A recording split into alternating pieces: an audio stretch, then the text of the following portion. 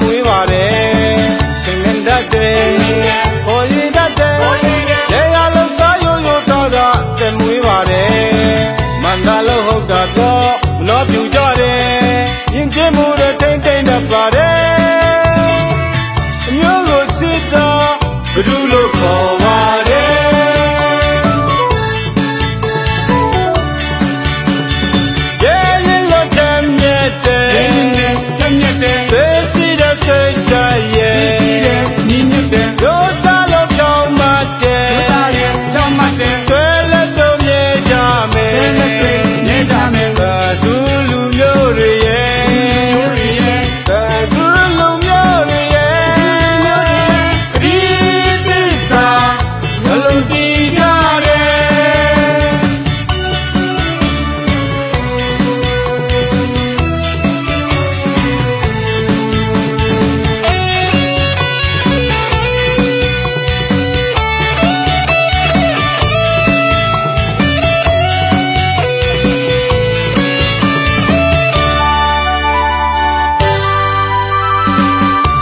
တတ်တယ်